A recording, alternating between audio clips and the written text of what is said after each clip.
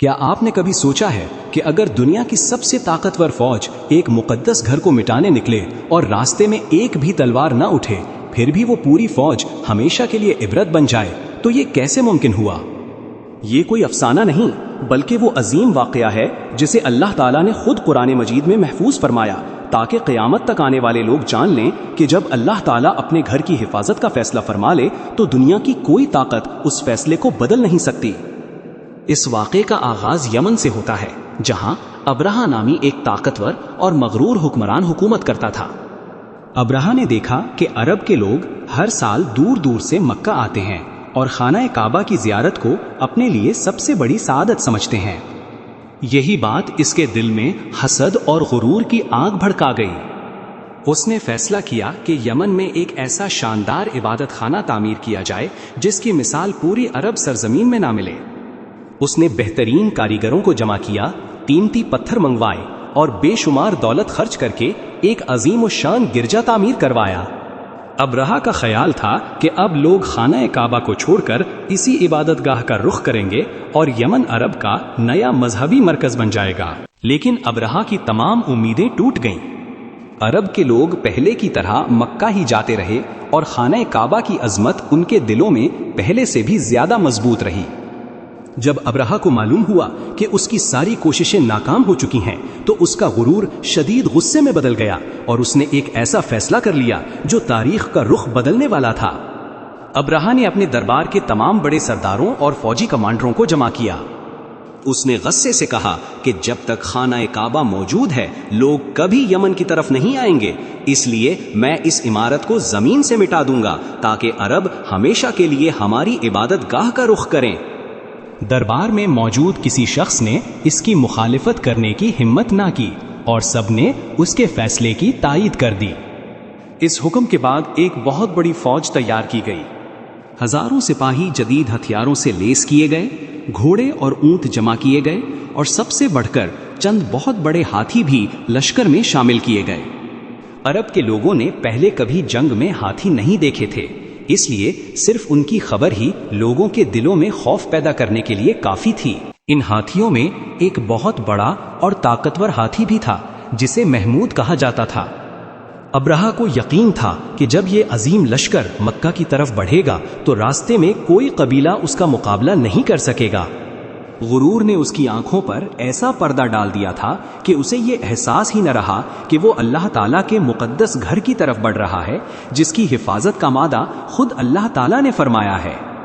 جب لشکر یمن سے روانہ ہوا تو راستے میں آنے والے کئی قبائل نے اپنی طاقت کے مطابق مزاحمت کی، لیکن ابرہہ کی فوج کے سامنے زیادہ دیر نہ ٹھہر سکے۔ کچھ لوگ شہید ہوئے اور کچھ کو گرفتار کر لیا گیا۔ لشکر مسلسل مکہ کی طرف بڑھتا رہا اور عرب بھر میں یہ خبر آگ کی طرح پھیل گئی کہ ایک بہت بڑا لشکر خانہ کعبہ کو گرانے کے ارادے سے آ رہا ہے۔ لوگوں کے دل بے چینی اور خوف سے بھر گئے اور مکہ کے قریب ایک غیر معمولی آزمائش کا وقت آ پہنچا۔ جب ابرہہ کا لشکر مکہ کے قریب پہنچا تو اس نے اپنے کچھ سپاہیوں کو ارد گرد کے علاقوں میں بھیجا تاکہ وہاں موجود اونٹ، بکریاں اور دوسری قیمتی چیزیں قبضے میں لے لی جائیں۔ انہی جانوروں میں قریش کے سردار حضرت عبد المطلب کے تقریباً 200 اونٹ بھی شامل تھے۔ ابرہہ کے سپاہی انہیں بھی اپنے ساتھ لے گئے اور لشکر میں واپس آ گئے۔ مکہ میں یہ خبر پھیلی تو ہر طرف بے چینی چھا گئی۔ لوگ جانتے تھے کہ ابرہہ کا اصل مقصد صرف مال لوٹنا نہیں بلکہ خانہ کعبہ کو منہدم کرنا ہے۔ قریش کے سردار حضرت عبد المطلب نے لوگوں کو صبر کی تلقین کی اور فرمایا کہ پہلے ابرہہ سے بات کرنا ضروری ہے۔ اس کے بعد وہ چند معزز افراد کے ساتھ ابرہہ کے خیمے کی طرف روانہ ہوئے۔ جب حضرت عبد المطلب ابرہہ کے سامنے پہنچے تو ابرہہ ان کی شخصیت، وقار اور رعب سے بہت متاثر ہوا۔ روایت میں آتا ہے کہ وہ احترامہ اپنی نشست سے اٹھا اور حضرت عبد المطلب کو اپنے قریب بٹھایا۔ اسے گمان تھا کہ وہ خانہ کعبہ کے بارے میں گفتگو کریں گے یا اسے اپنے ارادے سے باز آنے کی نصیحت کریں گے، لیکن حضرت عبد المطلب نے نہایت اطمینان سے فرمایا کہ میرے اونٹ واپس کر دو جو تمہارے سپاہی لے گئے ہیں۔ یہ سن کر ابرہہ حیران رہ گیا۔ اس نے کہا، میں سمجھتا تھا کہ تم اپنے مقدس گھر کے بارے میں بات کرو گے، مگر تم تو صرف اپنے اونٹوں کا مطالبہ کر رہے ہو۔ اس وقت حضرت عبد المطلب نے وہ تاریخی الفاظ فرمائے جو قیامت تک یاد رکھے جائیں گے۔ آپ نے فرمایا، میں اونٹوں کا مالک ہوں، اس لیے اپنے اونٹ مانگ رہا ہوں، اور اس گھر کا بھی ایک مالک ہے، وہ خود اس کی حفاظت فرمائے گا۔ یہ جواب سن کر ابرہہ نے غرور سے مسکرا کر کہا کہ آج کوئی بھی اس گھر کو میرے ہاتھوں سے نہیں بچا سکے گا۔ لیکن اسے کیا معلوم تھا کہ چند ہی لمحوں بعد اللہ تعالیٰ کی قدرت ایسی صورت میں ظاہر ہونے والی ہے جس کا تصور بھی اس کے ذہن میں نہیں تھا۔ حضرت عبد المطلب اپنے اونٹ واپس لے کر مکہ واپس آئے اور قریش کے تمام لوگوں کو جمع کیا۔ آپ نے فرمایا کہ شہر میں ٹھہرنے کے بجائے سب لوگ اپنے اہل خانہ کے ساتھ ارد گرد کے پہاڑوں کی طرف چلے جائیں، کیونکہ ابرہہ کا لشکر کسی بھی وقت مکہ میں داخل ہو سکتا ہے۔ لوگوں نے آپ کی بات مانی اور آہستہ آہستہ شہر خالی ہونے لگا۔ اس کے بعد حضرت عبد المطلب خانہ کعبہ کے دروازے کے حلقے کو پکڑ کر نہایت عاجزی کے ساتھ اللہ تعالیٰ سے دعا کرنے لگے۔ آپ نے عرض کیا کہ اے اللہ تعالیٰ، ہر انسان اپنے گھر کی حفاظت کرتا ہے، آج اپنے اس مقدس گھر کی حفاظت بھی تو ہی فرما۔ مکہ کے لوگ بھی پہاڑوں سے بیت اللہ کی طرف دیکھ رہے تھے اور ان کے دل اللہ تعالیٰ کی رحمت کے انتظار میں تھے۔ ادھر ابرہہ نے صبح ہوتے ہی اپنی فوج کو پیش قدمی کا حکم دیا۔ سپاہیوں نے صفیں درست کیں، ہتھیار سنبھالے اور سب سے آگے بڑھے ہاتھی محمود کو خانہ کعبہ کی طرف بڑھایا گیا۔ لیکن ایک حیران کن منظر سامنے آیا۔ محمود نے مکہ کی سمت قدم اٹھانے سے انکار کر دیا۔ سپاہیوں نے اسے زور سے ہانکا مارا، چیخے اور مختلف طریقوں سے چلانے کی کوشش کی، مگر وہ اپنی جگہ سے نہ ہلا۔ روایت میں آتا ہے کہ جب محمود کا رخ یمن یا کسی دوسری سمت موڑا جاتا تو وہ فوراً چل پڑتا، لیکن جیسے ہی اس کا رخ خانہ کعبہ کی طرف کیا جاتا وہ فوراً بیٹھ جاتا اور آگے بڑھنے سے انکار کر دیتا۔